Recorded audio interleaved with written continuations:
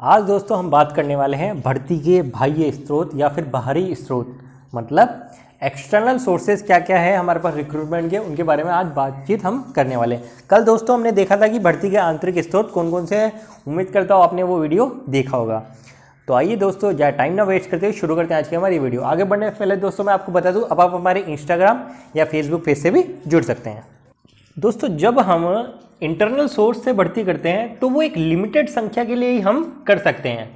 मतलब जब कम पोस्टें खाली होती है तभी हम उसका यूज ले सकते हैं। यदि किसी डिपार्टमेंट में बहुत ज़्यादा पोस्टें खाली पड़ी है तो भर्ती का एक्सटर्नल सोर्स है वही काम में दोस्तों लिया जाता है। आइए दोस्तों, हमारे पास क्या क्या इसमें ऑप्शन अवेलेबल हैं, कौन कौन से हमारे पास स्रोत होते हैं भर्ती के बाह्य, आइए देखते हैं। तो दोस्तों पहला जो बाहरी स्रोत है उसका नाम है प्रत्यक्ष भर्ती, यानी कि डायरेक्ट रिक्रूटमेंट। अब ये क्या है दोस्तों, आइए देखते हैं। तो डायरेक्ट रिक्रूटमेंट में दोस्तों क्या होता है कि ऑफिस के नोटिस बोर्ड पे या फिर ऑफिस का जो मेन गेट है उसके बाहर एक नोटिस लगा दिया जाता है, अधिसूचना लगा दी जाती है, जिसमें रिक्त पदों का विवरण दिया गया होता है। रिक्त पदों का सारा विवरण, उसकी योग्यता क्या क्या चाहिए और सारी जानकारी उसमें दी गई होती है। इसी को दोस्तों हम क्या बोलते हैं, डायरेक्ट रिक्रूटमेंट। इसे दोस्तों हम बोल सकते हैं आकस्मिक कर्मचारियों के लिए भर्ती भी बोल सकते हैं, क्योंकि इसमें क्या है, जैसे इसमें जो कर्मचारी आते हैं वो भी आकस्मिक रूप से ही आते हैं। और दोस्तों ये नॉर्मली अर्धकुशल या अकुशल कर्मचारी होते हैं। अर्धकुशल मतलब स्किल्ड नहीं होते, अनस्किल्ड होते हैं, ठीक है ये। और इनको दोस्तों किस पे लाया जाता है, क्या दिया जाता है इनको, मजदूरी या दिहाड़ी के आधार पे, मजदूरी या दिहाड़ी के आधार पे हम इनकी भर्ती करते हैं। नॉर्मली दोस्तों कंपनियां कब ये भर्ती करती है, जब उनके पास वर्कलोड ज़्यादा रहता है। जैसे मार्च के महीने में बहुत से विभागों के पास काम ज़्यादा रहता है, क्योंकि वित्तीय वर्ष नया लगता है। हमारा वित्तीय वर्ष क्या होता है, 1 अप्रैल से लेकर 31 मार्च तक हमारा वित्तीय वर्ष होता है। तो मार्च एंडिंग में काम ज़्यादा रहता है, तो उस समय जैसे ये भर्ती निकाल सकती है, ठीक है। तो जब वर्कलोड ज़्यादा रहता है तब क्या है, ये सही रहता है, ये उचित रहता है, ये माध्यम भर्ती का उचित रहता है। अच्छा दोस्तों, एक फ़ायदा और है इसका बहुत बड़ा फ़ायदा ये है कि इसकी लागत बहुत सस्ती है। क्यों? विज्ञापन वगैरह का कोई खर्चा आता नहीं है। हम एक अधिसूचना या नोटिस चिपका देते हैं बोर्ड पे या गेट के बाहर, उसी से हम रिक्रूटमेंट कर लेते हैं। जो भी हमें इंटरव्यू लेना होता है या कुछ भी बातचीत करनी होती है, योग्यता देखनी होती है, तो कोई मतलब हम इसके लिए एडवर्टाइजमेंट पेपर्स में या और कहीं वेबसाइट पे नहीं देते हैं, केवल नोटिस बोर्ड पे चिपका देते हैं, बस उसी से ही भर्ती हो जाती है। तो इसकी लागत नहीं है, विज्ञापन वगैरह का खर्चा बचता है, इसलिए भी कंपनियां ये कर लेती है कई बार। अब दोस्तों हमारे दूसरे सोर्स का नाम है वेटिंग लिस्ट, यानी कि प्रतीक्षा सूची। ये क्या है, आइए दोस्तों एक उदाहरण के माध्यम से समझते हैं। मान लो दोस्तों 1000 पोस्टों के लिए भर्ती निकाली गई है, जिसमें लगभग 20,000 लोगों ने आवेदन किया है। 1000 पदों की भर्ती निकाली गई है, 20,000 लोगों ने आवेदन किया है, ठीक है। 20,000 का इन्होंने क्या किया, पहले रिटन टेस्ट लिया, उसमें से 10,000 डाल दिए। अब कितने बच रहे, 10,000। 10,000 में इन्होंने क्या किया, इंटरव्यू लिया और 5,000 को निकाल दिया, ठीक है। 5,000 बच गए। भर्ती कितने पदों की है, 1,000 की। पहले 20,000 लिए, 20,000 में से क्या किया, टेस्ट लिया, टेस्ट में से 10,000 को निकाल दिया। फिर क्या लिया, इंटरव्यू लिया, 5,000 को और निकाल दिया। अब हमारे पास 5,000 और बच रहे हैं। 5,000 जो बच रहे हैं उनका दोस्तों मेडिकल लिया, उसमें से क्या हुआ कि 1,000 और निकल गए। फिर दोस्तों हमने क्या किया, हमने उनके डॉक्यूमेंट्स वेरीफाई किए, मतलब उनके डॉक्यूमेंट्स का मिलान किया, उनमें कुछ कमियां थी, तो उसमें से भी दोस्तों कुछ लोग निकाल दिए गए। लास्ट में जो बचे हमारे पास, वो दोस्तों हमारे पास बचे 2,000 लोग ऐसे बच गए जो हर चीज़ में सही थे। मतलब वो टेस्ट में भी पास हो गए, इंटरव्यू में भी पास हो गए, उनका मेडिकल भी सही था, उनके डॉक्यूमेंट भी सही थे, ठीक है। 2,000 लोग ऐसे बच गए। लेकिन भर्ती कितने पदों की है, 1,000 पदों की है। तो एक ऊपर वाली पोस्ट वाले पद हैं, 1,000 ऊपर वाले जो रैंक के आदमी हैं या कैंडिडेट हैं, उनको तो उस समय ज्वाइनिंग दे दी जाती है, उनको उस समय हम ज्वाइनिंग दे देंगे। बाकी के जो 1,000 बचे उनको हम वेटिंग लिस्ट में रख देंगे कि बोले भैया इस 1,000 में से कोई आदमी हमारी कंपनी ज्वाइन नहीं करता है, या फिर छोड़ के चला जाता है, या फिर कुछ समय बाद यदि इनमें से कुछ सीटें खाली होती है तो हम आपको कॉल करके बुला लेंगे। मतलब उस वेटिंग लिस्ट में से आदमी उठा लिए जाते हैं, समझ गए। 1,000 पदों की भर्ती थी, 2000 लोग ऐसे हमारे पास रहे जो हर चीज़ में पास हो गए, तो 1000 को तो पहले ज्वाइनिंग दे दी, बाकी 1000 को वेटिंग लिस्ट में रख दिया।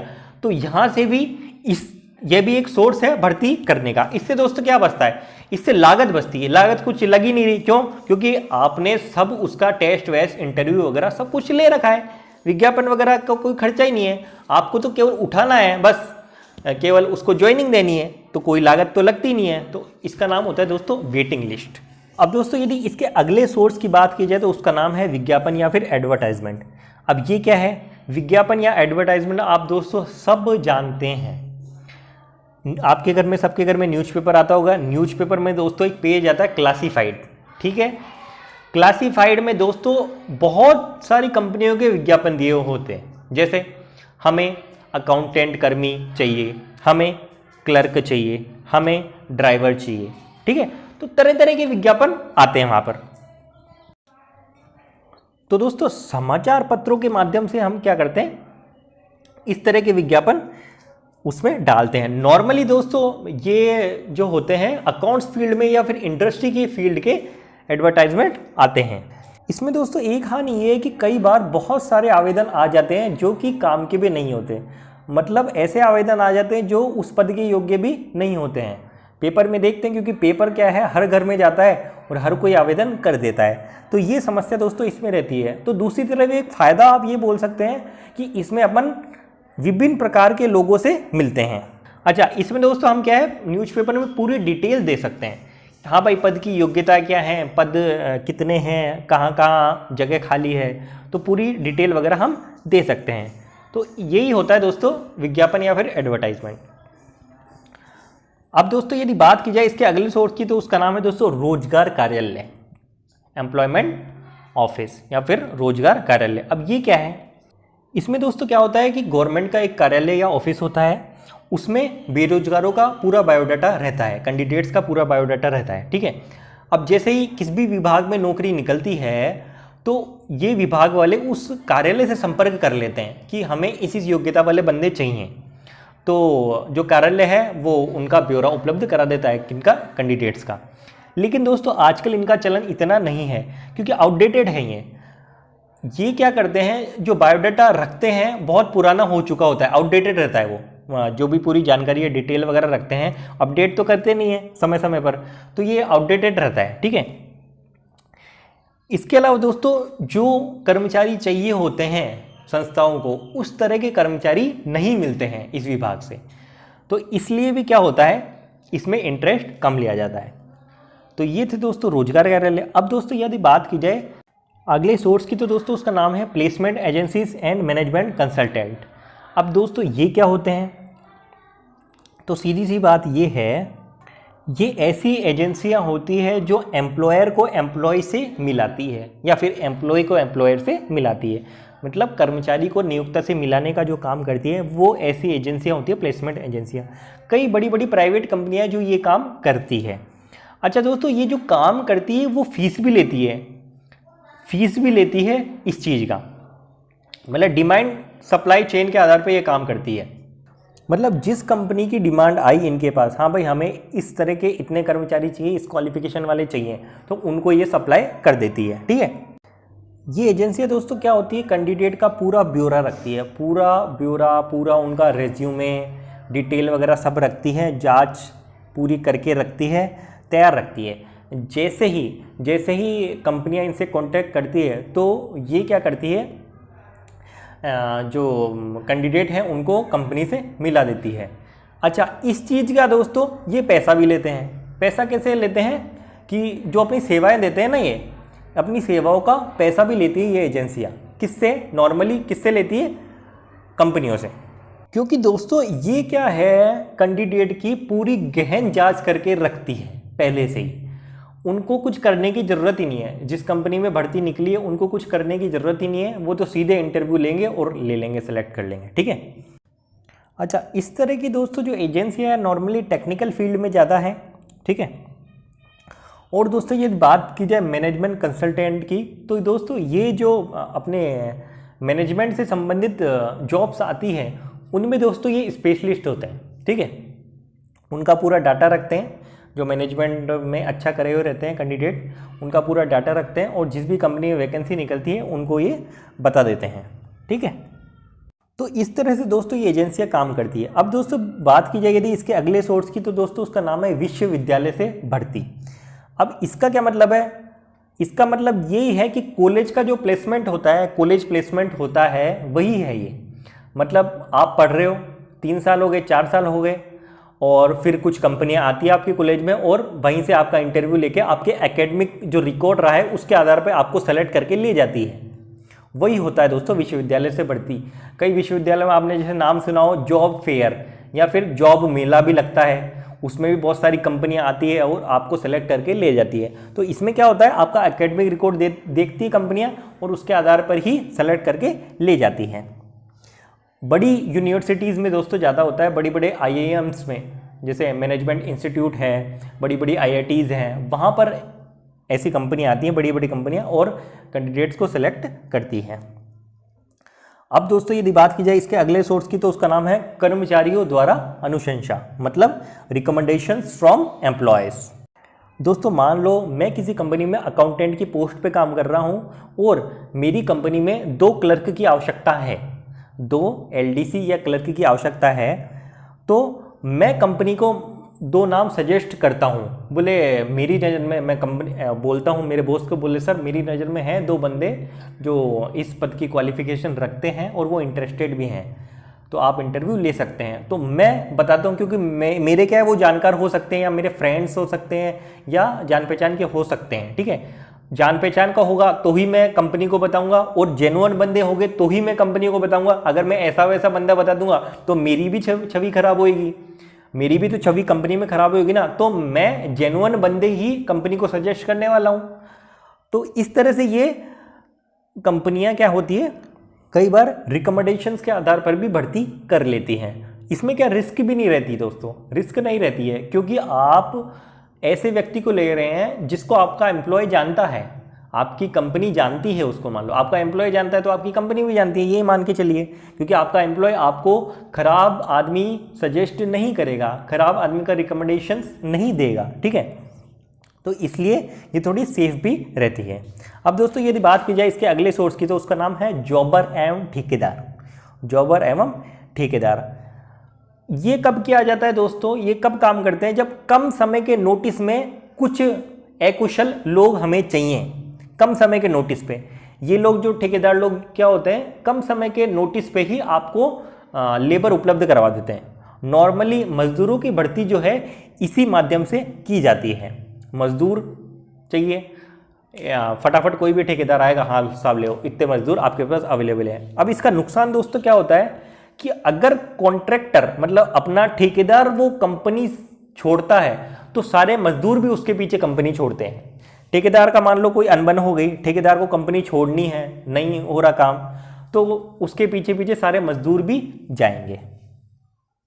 इसके अलावा दोस्तों इसका अगला सोर्स है विज्ञापन दूरदर्शन, मतलब टीवी पर हम क्या कर सकते हैं, प्रसारित कर सकते हैं हमारा जो है एडवर्टाइजमेंट। टीवी पर हम बता सकते हैं कि हाँ हमारी कंपनी में इस तरह के जॉब है और पूरा इसके डिटेल दे सकते हैं। तो यही होता है दूरदर्शन पे विज्ञापन देना। इसके अलावा एक और इसका जो सोर्स बचता है वो है वेब प्रसारण। अब दोस्तों आज इंटरनेट का और सोशल मीडिया का ज़माना है, आप भी ये जानते हैं। तो जैसे कुछ वेबसाइट्स दोस्तों जो बहुत पॉपुलर है, आपने भी सुना होगा, आपने टीवी में ऐड भी देखा होगा कई बार, या सोशल मीडिया पे कहीं ना कहीं ऐड देखा होगा। naukri.com बहुत बड़ा प्लेटफॉर्म है ये, ठीक है, बहुत बड़ी वेबसाइट है। इस पर कैंडिडेट की इन्फॉर्मेशन पड़ी रहती है और कंपनियां यहाँ से सर्च करती रहती है। इसी तरह लिंक्डइन, ये भी दोस्तों एक बहुत बड़ा प्लेटफॉर्म है नौकरी अवेलेबल करवाने का। तो कंपनियां क्या है, इन्हीं वेबसाइटों से ले लेती है, संपर्क कर लेती है और फिर कैंडिडेट से कॉन्टेक्ट कर लेती है। तो ये कुछ सोर्सेस थे दोस्तों, एक्सटर्नल सोर्सेस थे किसके, रिक्रूटमेंट के, मतलब भर्ती के बाहरी स्रोत थे। अब दोस्तों आइए भर्ती के बाह्य स्रोत के कुछ लाभ भी हो सकते हैं और कुछ सीमाएं या कमियां हैं, उनकी बात हम कर लेते हैं। अब दोस्तों यदि बात की जाए लाभ की, तो लाभ दोस्तों हम बोल सकते हैं, जैसे इंटरनल सोर्स में क्या होता है, अंदर के आदमी लगाए जाते हैं तो उसमें नई प्रतिभाओं को आने का मौका नहीं मिलता है। मैंने ये घाटा बताया था उसका, तो वही घाटा इसमें लाभ बनता है। कैसे कि इसमें हम बोल सकते हैं कि नए प्रतिभाओं को मौका मिलता है। क्योंकि हम बाहर से कैंडिडेट ले रहे हैं, कंपनी के अंदर से नहीं ले रहे हैं, ठीक है। इसके अलावा विस्तृत विकल्प, विस्तृत विकल्प का क्या मतलब है दोस्तों, बहुत सारे हमारे पास ऑप्शन अवेलेबल होते हैं, बड़ी संख्या में आवेदन आते हैं तो बहुत सारे हमारे पास ऑप्शन अवेलेबल होते हैं, हर तरीका का हर विचार रखने वाला कैंडिडेट हमें मिलता है, तो उसमें से हम बेस्ट का चयन कर सकते हैं। इसके अलावा हमें योग्य कर्मचारी मिलता है इस सोर्स से। और दोस्तों जो हमारे कर्मचारी अभी काम कर रहे हैं उनमें प्रतियोगिता की भावना पैदा होती है, क्योंकि उनको लगता है कि यार बाहर के लोग आ रहे हैं, बाहर के बंदे अब आ रहे हैं कंपनी में, तो हमें क्या है उनसे तो बेहतर करना है, उनसे बेहतर करना है। हम कंपनी के पुराने एम्प्लॉय हैं, हमें उनसे बेहतर करना है जो अब नए आ रहे हैं बाहर से, ठीक है। तो कहीं ना कहीं कंपटीशन की भावना पैदा होती है। अब दोस्तों यदि बात की जाए इसकी कुछ कमियों की या सीमाओं की, तो हम बोल सकते हैं कि महंगी प्रक्रिया है, महंगी तो ही, एडवर्टाइजमेंट वगैरह होता है तो इनका खूब पैसा लगता है, बड़ी बड़ी कंपनियां एडवर्टाइजमेंट देती है तो इनका खूब पैसा लगता है, पेपर में हम देते हैं तो उसका पैसा लगता है, ठीक है। अच्छा, कर्मचारियों में असंतोष रहता है। असंतोष क्यों रहता है, क्योंकि क्या है बाहर से जब हम भर्तियां लेते रहते तो कर्मचारियों को ये लगता है कि हाँ यार हमारा तो प्रमोशन होगा नहीं, क्योंकि जब भी कंपनियों में रिक्रूटमेंट या भर्ती निकलती है ये लोग बाहर से कर्मचारी उठा लेते हैं, हमें तो प्रमोशन मिलेगा ही नहीं ऐसे जब ये बाहर से भर्ती करने लगेंगे। तो इस तरह के कुछ हानियाँ हैं किसकी, एक्सटर्नल सोर्सेज की। तो आज ये हमारा टॉपिक पूरा हुआ, एक्सटर्नल सोर्स भी पूरा हुआ और भर्ती के जो भी दोनों सोर्स थे पूरे हुए। तो उम्मीद करता हूँ दोस्तों आपको ये वीडियो समझ में आएगा। वीडियो यदि दोस्तों पसंद आए तो वीडियो को लाइक करें, चैनल को सब्सक्राइब करें और शेयर भी करें। धन्यवाद।